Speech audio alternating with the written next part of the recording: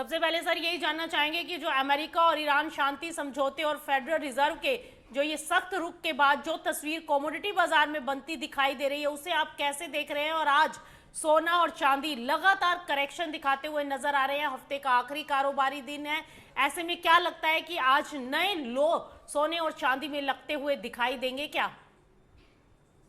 नमस्कार रूपा जी, सबसे पहले धन्यवाद आपका शो में बुलाने के लिए। बिल्कुल, यहाँ पे जैसा कि हमारी मंडे को बात भी हो रही थी तो हमने दो चीजें कही थी। एक तो ये कि सोने में जो रिट्रेसमेंट है वो $4,400 तक रहेगा और चांदी में लगभग 70 से $72 तक। बुधवार के सत्र में हमने ऊपर की तरफ वो लेवल्स आते हुए देखे थे। उसके बाद हमने बोला था कि यहाँ पे जो मार्केट का आगे का रुख है वो फेड मीटिंग आउटकम्स के बाद तय होगा। जी। और जैसे कि यहाँ पे आशंका थी कि फेड ब्याज दरों में बढ़ोतरी नहीं करेगा, फेड ने कोई बढ़ोतरी नहीं की, लेकिन जो फेड चेयरमैन का जो इंस्टेंस था इंटरेस्ट रेट को लेकर के वो उम्मीद से ज्यादा हॉकिश नजर आया। बाजार को इतने हॉकिश इंस्टेंस की उम्मीद नहीं थी। उन्होंने कहा कि ब्याज दरें लंबे समय तक ऊपरी स्तरों पर बनी रह सकती है।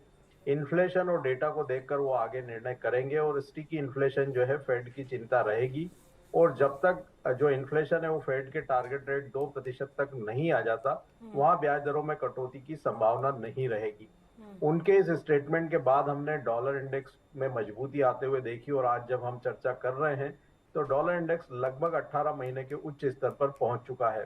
डॉलर की मजबूती और फेड के वहां पे हॉकिश कमेंट्स के चलते हमने सोने और चांदी में तेज गिरावट आते हुए देखी है। लेकिन हमारा मानना है कि कहीं ना कहीं मार्केट यहाँ पे नेक्स्ट वीक तक एक बार स्टेबल होते हुए नजर आएंगे, क्योंकि जो भी मार्केट यहाँ पे रिएक्शन दे रहा है फेड चेयरमैन के स्टेटमेंट पे, वो उम्मीद से ज्यादा रिएक्शन देखने को मिल रहा है। क्योंकि जो फेड की चिंता है इन्फ्लेशन को लेकर के, उसकी सबसे बड़ी वजह कच्चे तेल की कीमतें थी, जो कि अपने ऊपरी स्तरों से लगभग 35% तक करेक्ट हो चुकी है। जो $120 ब्रेंट की कीमतें पहुंच गई थी वो अभी $80 के करीब आ चुकी है।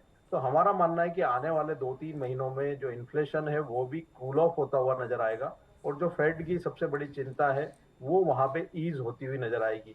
तो ये उम्मीद से ज्यादा रिएक्शन जो है मार्केट करता हुआ नजर आ रहा है और हमारा मानना है कि अगले 1 से 2 सप्ताह में कहीं भी मार्केट में स्टेबिलिटी आती हुई नजर आएगी। रूपा जी। ओके।